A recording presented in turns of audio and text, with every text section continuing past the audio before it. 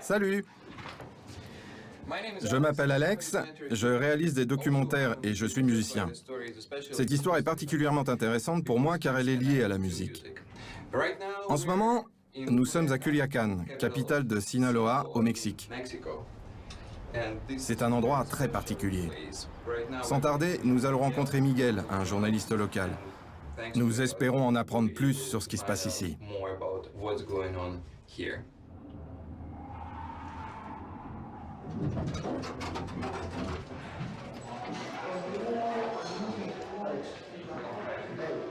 Salut. Salut!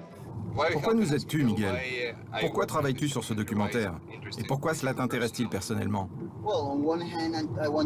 Eh bien, d'un côté, je veux en savoir plus parce que j'essaie d'écrire un scénario de série télévisée sur l'histoire du trafic de stupéfiants à Sinaloa. Mais d'un autre côté, je veux que le monde sache ce qui se passe réellement ici. Je le veux et je veux que vous compreniez comment tout fonctionne.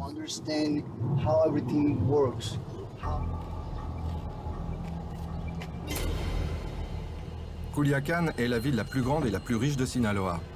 Plus d'1 demi-million de personnes vivent ici.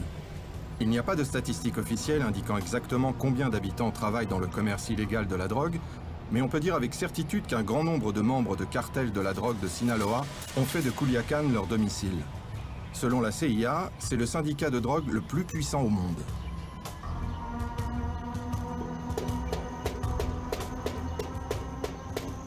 Les gangs de drogue mexicains ont monté en puissance après le déclin des cartels colombiens au début des années 90. Depuis lors, les Mexicains contrôlent l'ensemble de la chaîne du trafic de drogue au départ des plantations en Amérique du Sud, à travers les montagnes du Mexique et à destination des revendeurs dans les rues aux États-Unis. Certains disent que c'est l'esprit entreprenant du cartel de la drogue de Sinaloa qui a transformé l'Amérique en consommateur mondial numéro 1 de cocaïne et de cannabis. On estime que les cartels mexicains gagnent au minimum de 20 à 30 milliards de dollars par an aux États-Unis. Bonjour au Mexique de Culiacán et salutations au monde entier. Cet homme avait seulement 14 ans lorsqu'il s'est mis au crime. Il était recherché pour meurtre, alors sa grand-mère lui a donné de l'argent et il a pris la fuite. Il a rejoint une bande de trafiquants de drogue et après des années passées dans cette bande, un rôle important lui a été attribué. C'est du passé maintenant. Et il nous a demandé de ne pas révéler son vrai nom. Y a-t-il quelque chose que vous regrettez? Je ne regrette rien. Ce qui est fait est fait. Y a-t-il quelque chose que vous auriez fait autrement? Si je pouvais changer quelque chose, eh bien... Oui, ma fille. Que lui est-il arrivé? Ma fille est morte. Ah, je suis désolé. Quel âge avait-elle? Elle avait 12 ans. Une bande a organisé l'accident de voiture fatal qui a tué la fille de cet homme. Sa femme a survécu, mais c'était la voiture de notre héros. Et c'est lui qui était la véritable cible. À l'époque, il était un roi de la colline, autodidacte. Il avait de l'argent, de l'influence, des biens et une famille. Maintenant, il est seul. Mais il remercie Dieu chaque jour d'être toujours en vie. La mafia est cruelle.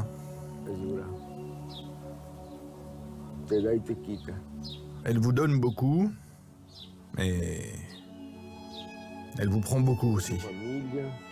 Oui, elle vous prive de votre famille, un échange d'argent et de problèmes.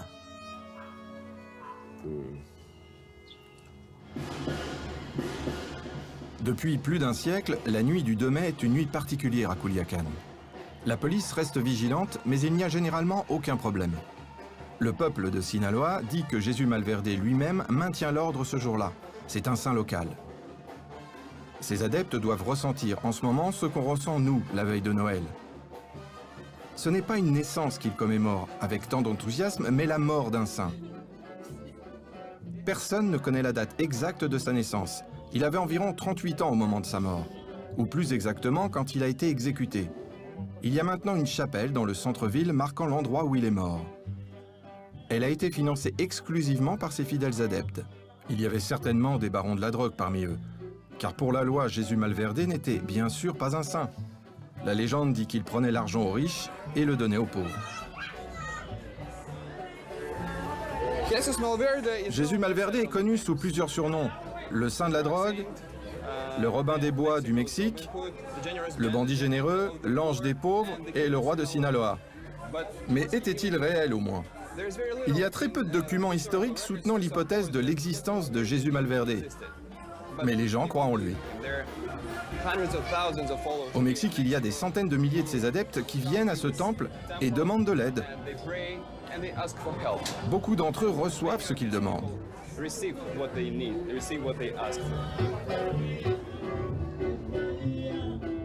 Les pèlerins viennent à Culiacán de tous les coins du pays. Nombre d'entre eux disent plus tard qu'il a fait des miracles et reviennent afin de remercier le saint et lui demander de nouveau son aide. Pouvez-vous m'expliquer ce que signifie Jésus Malverde pour vous?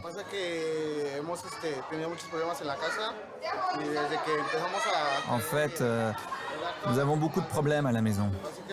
Nous demandons à Malverde qu'il nous aide à rendre notre vie un peu plus facile. Nous sommes de Mexico, nous sommes venus ici pour la première fois il y a 6 ans. Quant au tatouage, j'ai souvent demandé de l'aide à Malverde pour moi-même et ma famille. Et en retour, je lui ai promis de faire un tatouage avec son image s'il nous aide. Et depuis, j'ai beaucoup de respect pour lui. Je vais le vénérer jusqu'à ma mort.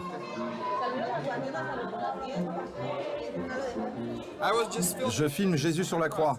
Et même si Jésus Malverde n'est pas reconnu par l'Église catholique, il est traité comme un saint ici à Culiacán. Et c'est un sanctuaire. C'est un temple. Les gens viennent avec des bougies.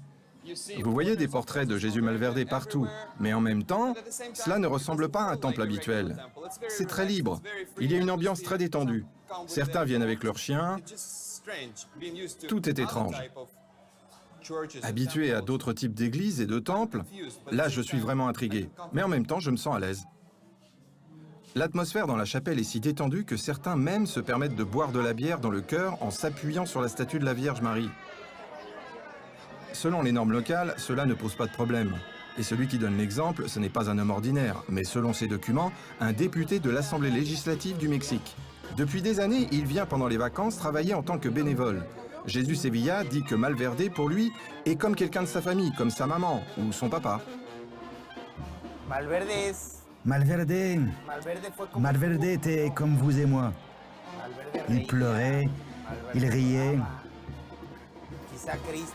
Jésus-Christ était très différent. Mais Malverde était un homme fait. Malverde a donné sa vie pour aider les pauvres. Aujourd'hui, c'est une fête. Nous célébrons la vie d'un homme qui nous protégeait.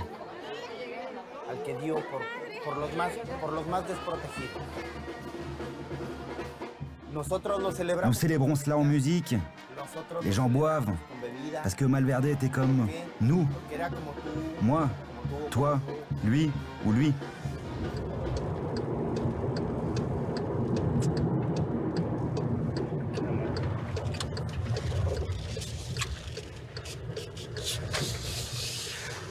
Bon, c'est le cimetière. C'est le cimetière où de nombreux barons de la drogue ont été enterrés? Oui, il est appelé Jardines del Humaya. Comment? Jardines del Humaya. Tu vois ce panneau là? Ceux qui sont enterrés ici ont été tués ou exécutés.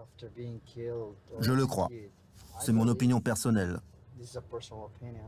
Souvent la famille, c'est pourquoi un proche, une femme, un mari, un fils, tout ce que tu veux, pourquoi il est là. Et ils ne font rien.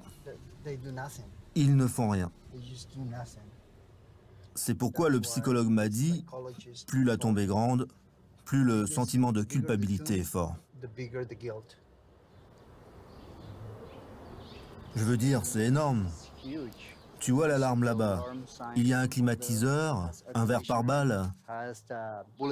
Tu sais, une famille capable de construire ce genre de tombe doit avoir de l'argent et du pouvoir.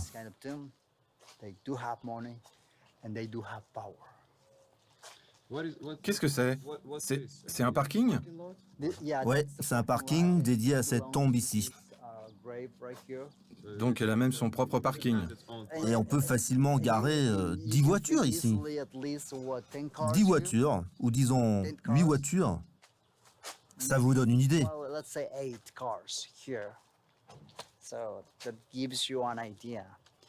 Et tu sais combien coûte chaque lot? Et ce sont des petits lots. C'est environ 7000 $, plus ou moins, chaque lot. Pour un seul lot. Pour un seul lot. Tu vois ce petit morceau là-bas? Rien qu'une place. Et simplement enterrer quelqu'un ici coûte près de 7000 $. Viens là. Par exemple, celle-là, c'est, disons, 6000. 6000. Alors imagine combien de morceaux comme ça ils doivent acheter pour posséder l'espace complet. Fais le calcul.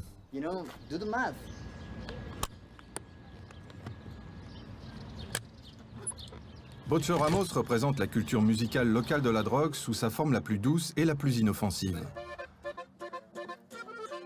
Il écrit et chante des ballades, des corridos. Son dernier hit s'appelle Culiacán, capitale de la contrebande.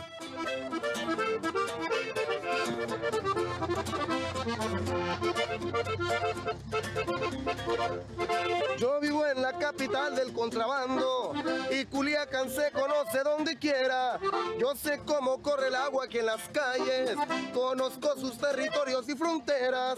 Todos saben que para agarrar billetes tienes que rolarte entre la quemadera.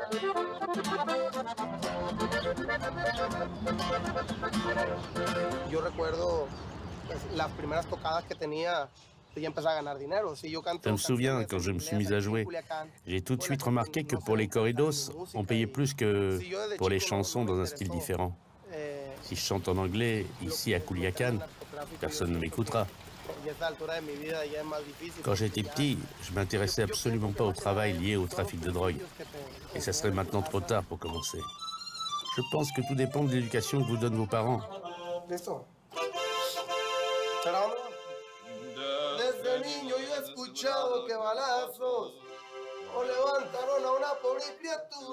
Parmi les trafiquants de drogue locaux, il existe une tradition.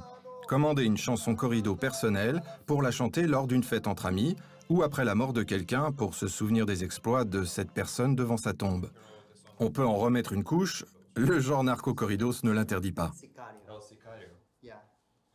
Et combien coûte généralement une corrido? Ça dépend du groupe.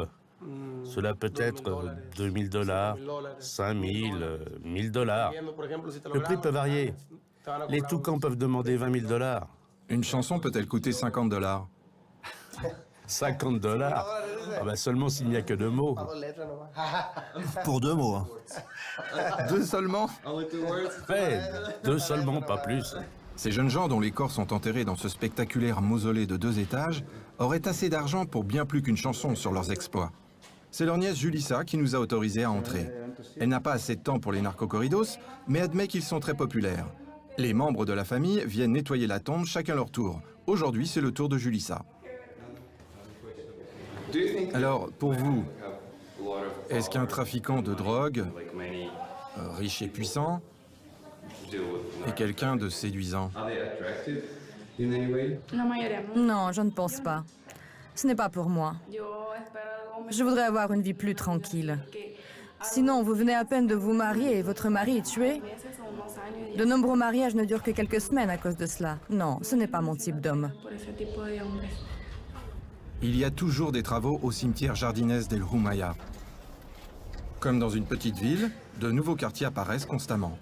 Il y a beaucoup de boulot pour ceux qui travaillent ici, mais ils se plaignent d'être sous-payés. N'avez-vous jamais pensé à devenir un baron de la drogue ou vous mettre au trafic de drogue? Vous pourriez gagner beaucoup plus d'argent qu'en faisant des travaux de construction ici, non? Qu'en construisant des tombes pour des barons de la drogue morts. Eh bien, oui. Si on me le proposait, je serais d'accord. Nous ne gagnons pas grand-chose ici. Là-bas, en une journée, vous pouvez gagner autant que sur le chantier en une semaine.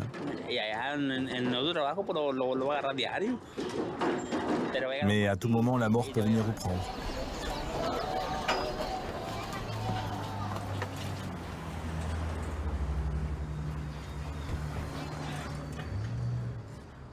Ce quartier est appelé Los Pinos, les pins. C'est là que j'ai grandi et c'est la maison où je suis né.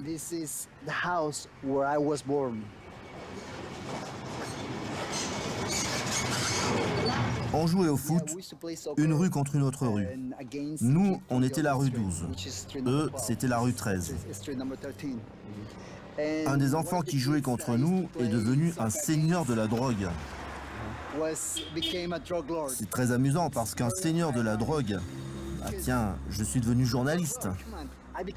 Et lui, il est devenu seigneur de la drogue. Je veux dire, mais c'est incroyable. Si nous savions, quand nous étions enfants, si on savait ce qu'on allait devenir, qu'il deviendrait l'un des hommes les plus recherchés du monde. Bonjour. Salut. Ça va? C'était mes voisines. Salut Miguel, comment vas-tu? J'ai regardé les documents, je vous remercie beaucoup. J'ai trouvé le nom de la femme que tu avais demandé. C'est la ligne de fond, tu sais. J'avais une famille qui m'a mené dans la bonne direction. Il n'avait pas de parents. Son père a été tué quand il avait 13 ans. Il s'est retrouvé orphelin. Il n'y avait personne pour l'orienter. Et voilà ce qui s'est passé.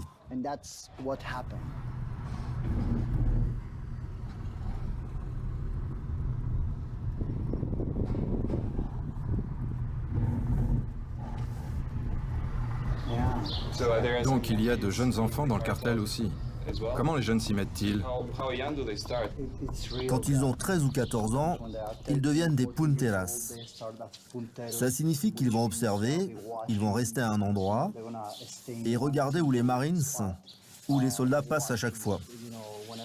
Ils vont savoir si les Marines vont dans telle ou telle direction. En général, c'est comme ça qu'ils commencent. Ensuite, ils deviennent des pistoleros ou des sicarios, des hommes armés. Puis ils commencent à transporter de la drogue. Ce sont différentes étapes dans l'organisation du cartel de Sinaloa. Nous ne savons pas de quoi est mort ce garçon, mais il avait seulement 16 ans. Et si vous marchez le long du narco-cimetière Jardines del Rumaya, vous pouvez trouver beaucoup de tombes de très jeunes garçons. Ici, personne ne sera surpris. Tous les ans, sur ce prestigieux cimetière, 500 personnes sont enterrées. La principale activité de beaucoup d'entre elles était le trafic de drogue. Mais personne n'en parle ouvertement, c'est tout de même illégal. Si leur mort était liée au trafic de drogue, les corridos et les narco-corridos donnent l'occasion de raconter leurs histoires aux autres, que leurs activités soient légales ou pas. Il y a beaucoup de chansons sur Jésus Malverde. Et c'est en grande partie à travers ces chansons que les gens découvrent ses exploits et les comparent à ceux de Robin des Bois. C'est bien Jésus Malverde qu'on prie pour ceux qui sont encore en vie et encore en activité. D'après ce qu'on raconte, il aide tous les croyants, sans faire beaucoup attention à leur type d'activité. C'est pour cette raison qu'au Mexique, le peuple l'adore. Connaissez-vous Jésus Malverde? Croyez-vous en lui? Vous croyez en Malverde? Oui, je crois en Malverde. Je crois en Dieu. Et Dieu nous dit de croire en ses saints aussi. Or, Malverde est un saint. Écoutez, une fois, je devais apporter de l'héroïne à New York. Vous vous en souvenez, je vous en avais parlé. À New York? Oui, et sans Malverde, je ne me serais certainement pas sorti de tout cela. Je n'aurais pas pu faire ça sans son aide.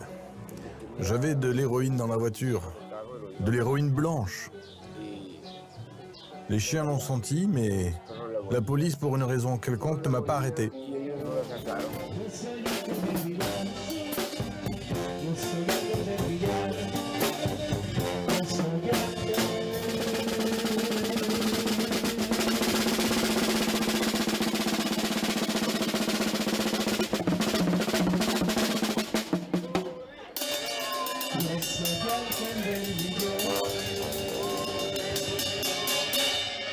La plus grande fête en l'honneur de Jésus Malverde est célébrée le 3 mai.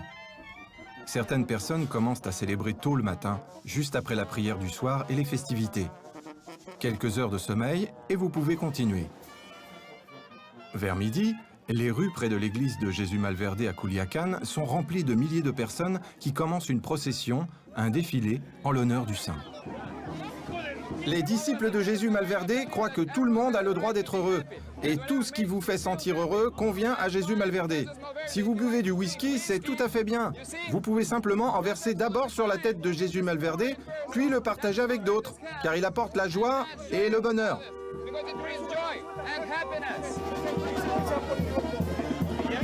Mezcal? Mezcal? Ouais. C'est du mezcal, une boisson traditionnelle mexicaine. Ok, Jésus Malverde.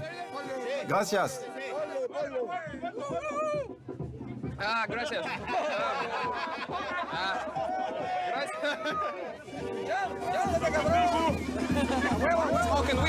Fumer de l'herbe ou de la marijuana permet aussi à beaucoup de gens de se sentir bien. Mais cela ne signifie pas que tout le monde ici soit lié d'une manière ou d'une autre au trafic de drogue. Non, cela fait partie de la culture locale. Selon la tradition, le premier qui fume lors de la procession, c'est Jésus Malverde. Ceci est un rituel local important. La marijuana, dans Sinaloa, n'a pas encore été légalisée. Mais on ne mettra personne en prison ici pour une petite quantité, surtout le jour de la fête du Saint adoré par le peuple. Un peu de whisky et de marijuana, ici c'est comme un verre de rhum pour un vieux marin. C'est le lot minimum pour faire partie de ceux qui croient en les mauvais garçons au grand cœur.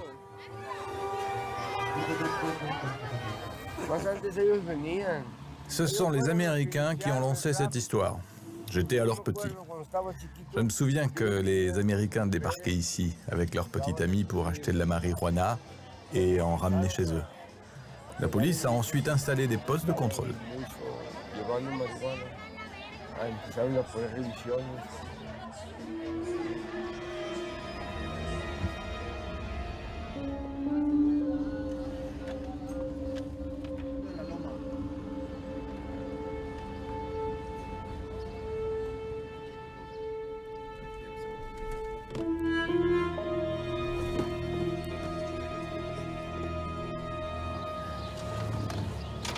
Nous devons rencontrer quelqu'un ici, Stas. On est où? C'est un petit village tout près de Culiacán, sur la route de la montagne. C'est une zone très bien contrôlée. Il y a des punteras partout, parce que des gens puissants vivent ici. Je vais dire bonjour au gars dans le petit magasin là-bas. I'm just going to say hi to the men on the little store there. C'est une épicerie. It's a grocery store. So I'm just going Je to vais say dire hi. bonjour parce que si nous restons à l'intérieur de la voiture, Inside the car, they're ils gonna peuvent se dire que nous avons l'air très suspects very suspicious. et ils viendront nous poser des questions. Come after us and ask questions.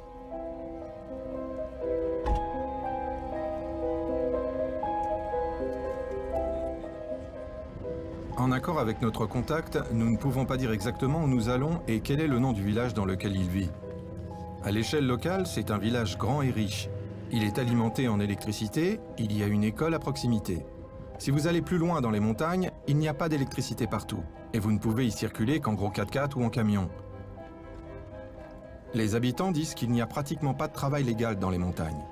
Ici, le fait de cultiver de la marijuana ou du pavot est un phénomène courant. Par exemple, la production de masse du pavot d'opium de Sinaloa a été lancée à la fin du 19e siècle. À l'époque, c'était légal et les livraisons étaient destinées aux États-Unis, comme maintenant. On y va, mec. Alors c'est quelqu'un qui vit ici et les cultive. Oui. Ces gens ont une voiture, un quad, une moto.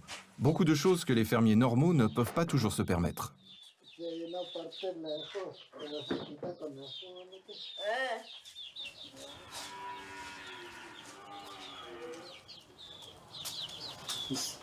Il cherche une cagoule parce qu'il va couvrir son visage. Il ne veut pas montrer son visage. La famille cultive la marijuana depuis des décennies. Et il y a beaucoup de gens comme ça ici. À Sinaloa, on produit des milliers de tonnes d'héroïne par an.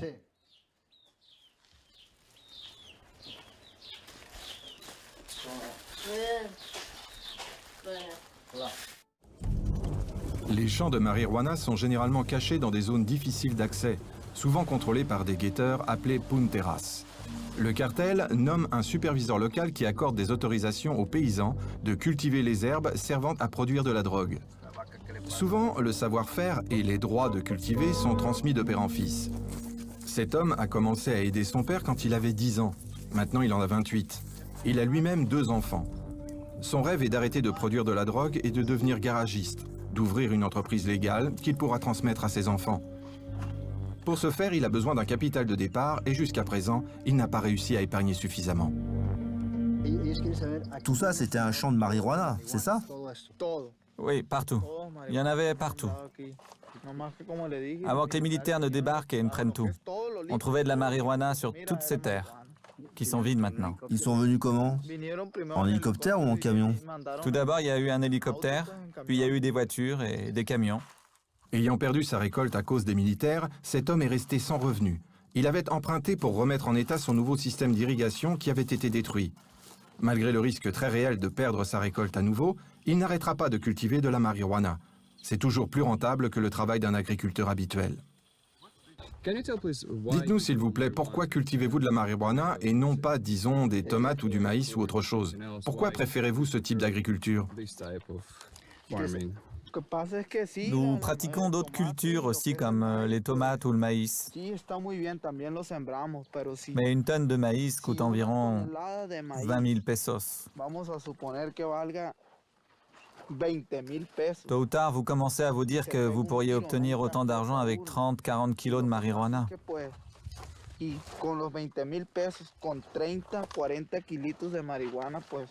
Voilà pourquoi nous faisons ça. Et comment pouvez-vous faire de l'argent avec des tomates ici? Qui en a besoin? Les locaux vont plutôt vous acheter une poignée de marijuana qu'un kilo de tomates.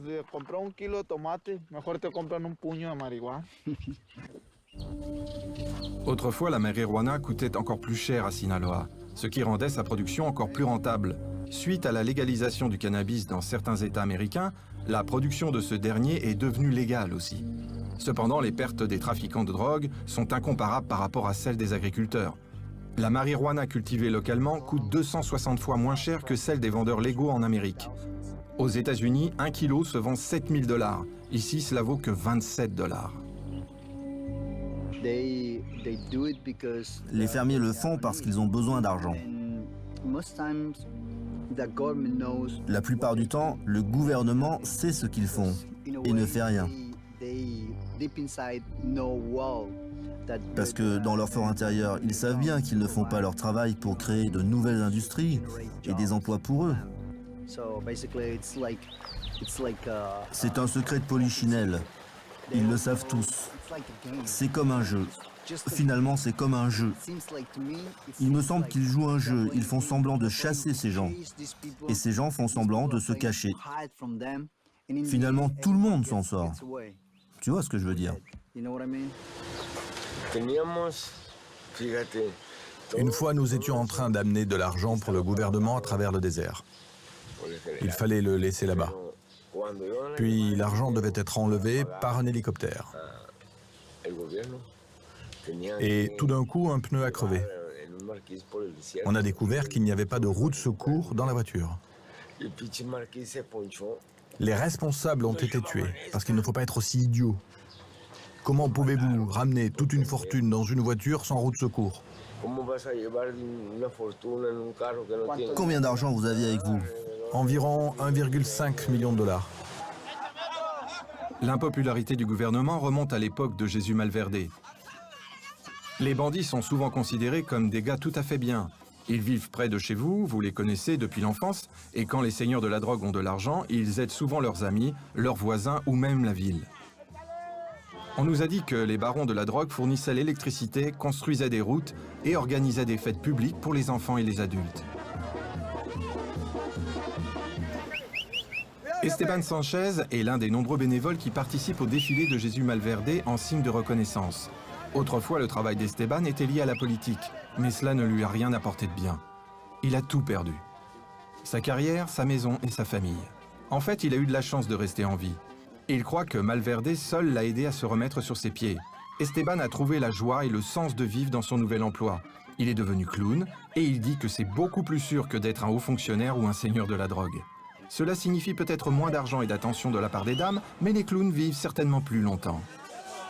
Hélas, les habitants de la Sierra, des montagnes, demandent aussi des miracles, de l'aide, et ils en reçoivent.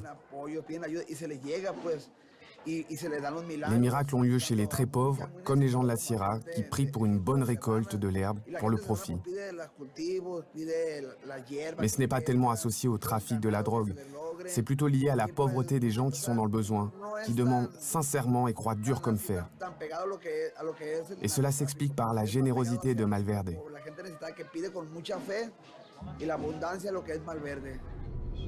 Nous nous dirigeons maintenant vers la petite ville de Cozala.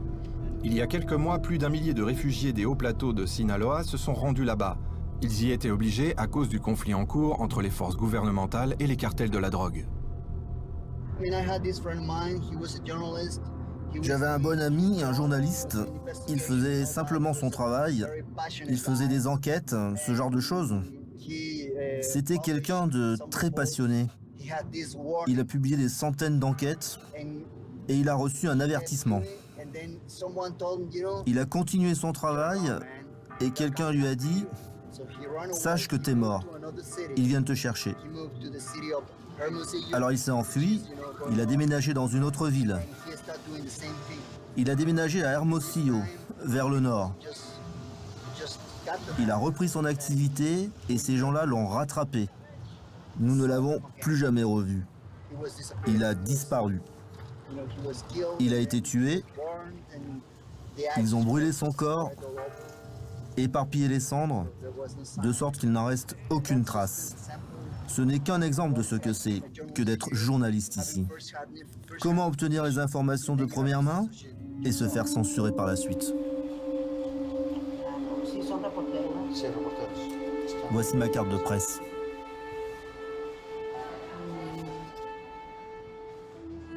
Il y avait environ 150 familles, c'est bien ça?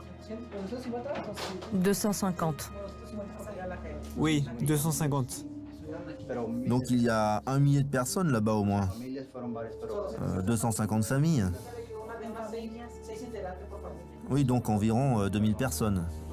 Moins de 10 000 personnes vivent dans la petite ville de Cozala. Et le logement pose problème. Beaucoup ont laissé derrière eux tout ce qu'ils possédaient. Ils essaient maintenant de reconstruire leur vie et ne perçoivent aucune aide du gouvernement. Le bureau du maire ne pouvait pas expliquer pourquoi tant de gens ont soudain quitté leur village en envahissant la ville, ni ce qu'ils étaient censés faire après. La plupart des gens ont refusé d'être filmés et de parler de la raison qui les avait poussés à partir. Ils avaient trop peur. Hors caméra, beaucoup de gens ont dit s'être enfuis à l'arrivée d'hélicoptères des forces spéciales venus de nulle part. Apparemment, ils étaient à la recherche d'un seigneur de la drogue notoire qui, d'après le gouvernement, pouvait se cacher dans une des maisons. Je m'appelle Lorena, j'ai 21 ans. C'était très difficile pour moi. Ma fille a 3 ans. Et quand nous sommes sortis dans la rue, je la tenais par la main. Tout s'est passé très vite. Ils ont débarqué et j'ai pas eu le temps de prendre quoi que ce soit, seulement ma fille. Même pas de nourriture, rien. Nous devions dormir là où nous étions quand la nuit tombait. Tout le long du chemin, nous avons eu peur des avions et nous nous cachions tout le temps. Si on nous avait repérés, on aurait envoyé un hélicoptère nous chercher. On vous a tiré dessus? Ça aurait pu se produire. Nous ne savons toujours rien. Beaucoup de gens ont perdu tout ce qu'ils avaient. Et à ce stade, on nous a pas dit ce qui se passerait après, si on va nous rendre notre bétail. Beaucoup de gens sont partis pour Culiacán, pour trouver la réponse à leurs questions.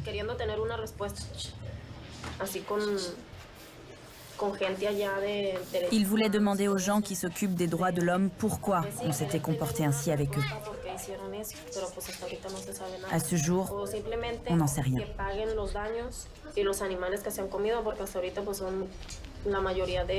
Qu'ils nous rendent simplement tout l'argent pour le bétail qu'ils ont mangé.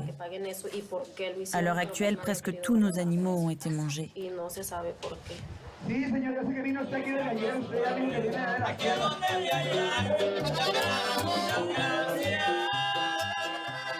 La fête de Jésus Malverde est presque terminée. On dit qu'il est mort il y a 107 ans, mais chaque année, il y a de plus en plus de gens qui croient en ses pouvoirs miraculeux. Les gens reconnaissants donnent de l'argent à l'église, qui le distribue ensuite parmi ceux qui en ont le plus besoin. Même si certains donateurs préfèrent garder l'anonymat, les gens savent encore qui sont leurs bienfaiteurs.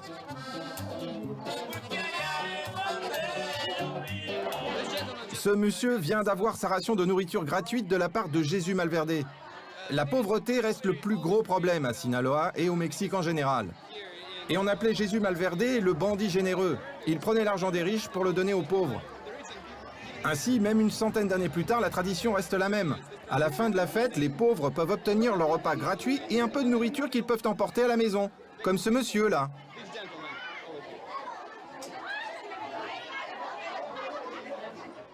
Merci d'être venu au Mexique. Merci d'être là. Russie, Mexique. Russie, Mexico. Oui, exactement. Malverde. La fête de Jésus Malverde était passionnante, mais c'était loin d'être aussi émouvant que ce qui nous est arrivé à Cozala. C'était le soir, après avoir fini de parler à des gens ayant fui leur village de montagne à cause des forces spéciales.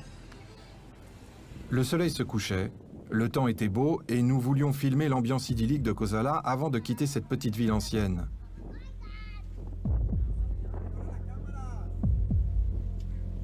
Tout à coup, des hommes armés ont débarqué. La plupart étaient habillés en noir et avaient l'air très déterminés. Nous avons appris plus tard qu'ils étaient des agents de sécurité qui travaillaient pour le cartel de la drogue. Ils ont pris nos papiers et notre équipement. Il a fallu quelques explications et quelques appels téléphoniques, mais on nous a tout rendu. Stanislav, notre caméraman, a souffert le plus. Il a été battu, mis à genoux, avec un pistolet sur la tête. La police était littéralement au coin de la rue. Malheureusement, nous n'avions pas la moindre possibilité de filmer ce qui s'est passé. Vous voyez sur l'écran tout ce que nous avons pu capter.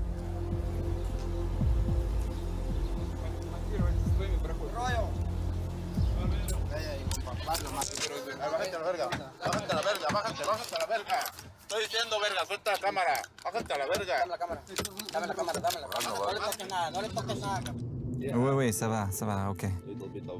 Un peu de sang et mes lèvres vont être... Gonflés? Ouais. Ils ont demandé nos cartes d'identité. J'ai cru qu'ils allaient... Enfin, je veux dire qu'ils étaient très très agressifs.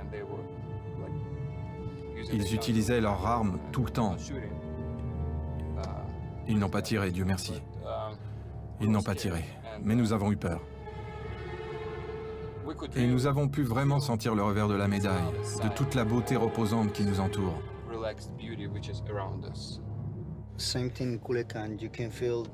Même chose à Culiacán. Vous pouvez sentir qu'à tout moment, en tout lieu, ça n'a pas vraiment d'importance. Aujourd'hui, c'était en plein jour. Vous ne vous y attendez pas, mais c'est ça notre situation. Nous vivons avec ça. C'est comme ça.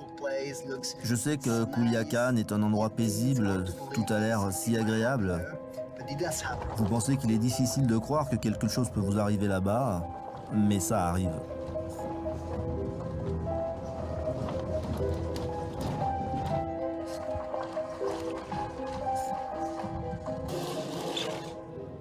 Partout à Culiacán, il y a des croix en mémoire des morts. Tous les ans, des milliers de personnes meurent dans des affrontements entre les cartels de la drogue ou dans des fusillades avec les forces gouvernementales. Cette croix est l'une des plus importantes. Il y a toujours des fleurs fraîches ici. Les membres du cartel en déposent à cause de leur ancien patron, El Chapo, probablement le seigneur de la drogue le plus tristement célèbre de notre temps. En 2008, son fils Edgar Guzman Lopez a été abattu à cet endroit précis.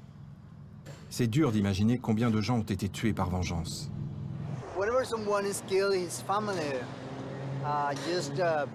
Quand quelqu'un se fait tuer, la famille plante une croix à l'endroit du meurtre.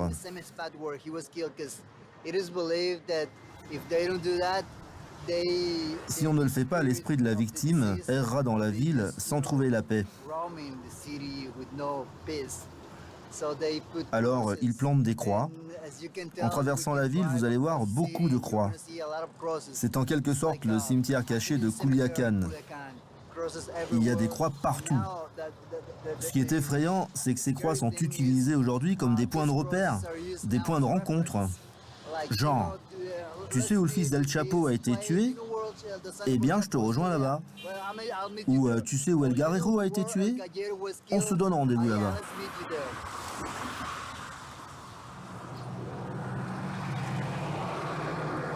Alberto Jesus Ruiz Quintero, si je le dis correctement.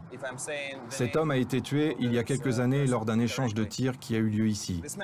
Il a essayé de sauver ses enfants, ils étaient avec lui dans la voiture. Il a fait marche arrière et c'est à ce moment-là qu'il a été abattu. C'est arrivé le 9 décembre 2008. Je me souviens que c'était aux alentours de 15 heures. Tout a commencé ici, sur le trottoir entre deux rues. Ici, plusieurs personnes sont mortes. D'autres, dont moi-même, ont été blessés.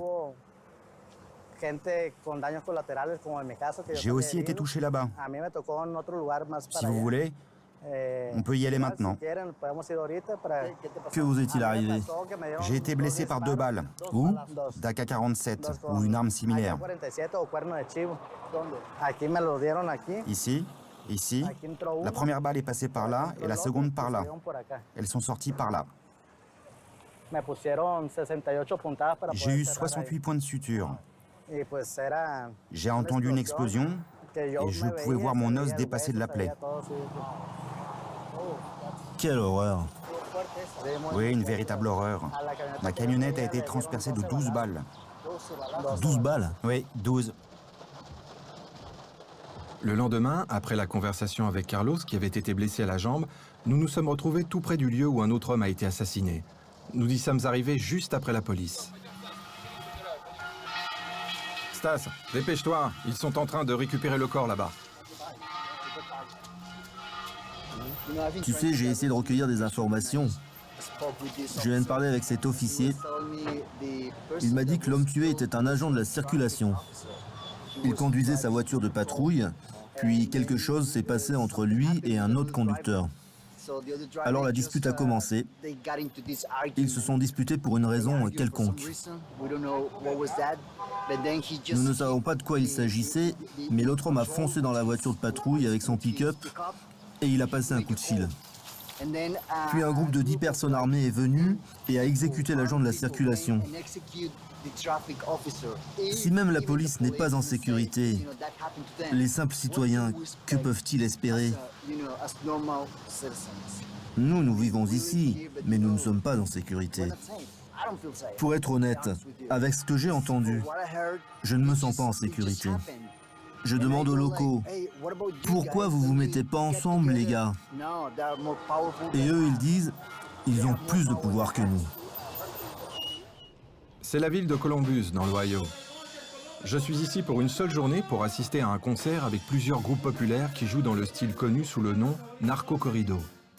Ils chantent des ballades romantiques vantant les vertus de la drogue, racontant à quel point c'est passionnant d'avoir des armes lourdes, de rouler dans de nouvelles voitures et de traîner avec de jolies filles. Quelle vie! Les chansons évoquent rarement l'éventuelle brièveté d'une telle vie. Dans l'état de Sinaloa, au Mexique, chanter ces ballades est désormais illégal. Selon le gouvernement de l'État, il y a déjà assez de violence sans narco-corridos qui la glorifient. Aux États-Unis, cependant, la narco-corrido est toujours légale. Il y a tant d'Américains d'origine mexicaine que ces concerts attirent des milliers de personnes.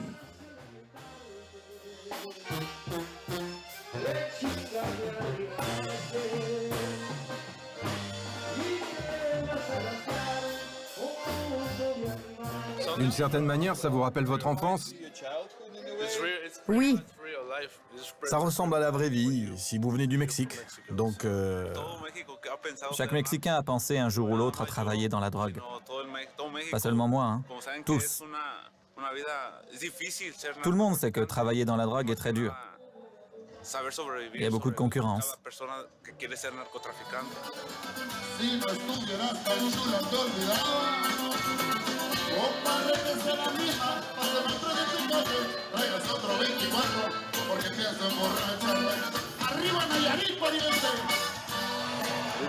Pensez-vous que c'est mal d'être lié au trafic de drogue?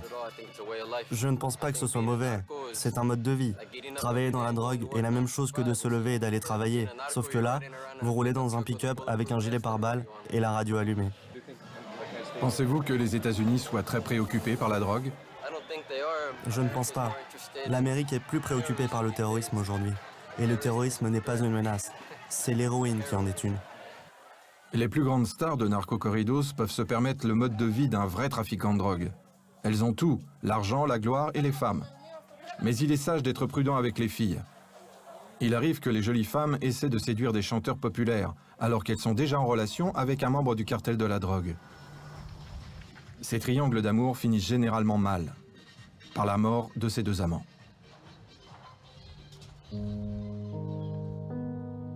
Beaucoup de jeunes femmes sont enterrées au cimetière Jardinès des Loumaya.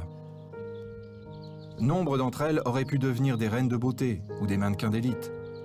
Cette tombe contient les restes d'une femme qui était autrefois la maîtresse d'un seigneur de la drogue notoire. Il a été arrêté aux Pays-Bas en 2013. La fille a été assassinée le lendemain. Qui l'a fait et pourquoi? On ne peut que deviner. Je te le dis, je te le dis. On peut demander à n'importe qui, au hasard, dans cette ville. Ils vont vous dire, tous vont vous dire un jour ou un autre, ils ont perdu un être cher à cause de la violence. Je vous dis, on peut demander à n'importe qui. On peut aller au centre-ville. On peut demander à... Ouais, on peut demander à ce gars-là s'il est d'accord. Excuse-moi, je peux te poser une question? Oui. Ces gens sont de la télévision russe. Ils tournent un film sur le trafic de drogue. On dit que tout le monde dans cette ville a perdu un ami ou un parent. Vous avez perdu un ami ou un parent? Oui, beaucoup de gens. Il a perdu un proche. Tu as souffert aussi. Tu as perdu un ami ou un parent? Oui. Il y a longtemps? Récemment, un de mes amis a été tué. Récemment, un de ses amis a été tué. Il n'y a pas si longtemps, son ami a été tué? Oui, et je le dis, nous pouvons demander à tout le monde, et tout le monde vous dira la même chose. C'est à cause de la violence. Est-ce que ça en vaut la peine? Vous connaissez la réponse. Muchas gracias, amigos. Buenas noches. C'est votre ami? C'est mon ami. Oui. Il a été tué. Par la mafia.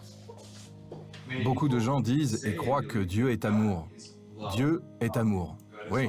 Vous y croyez aussi? Dieu est amour. Oui.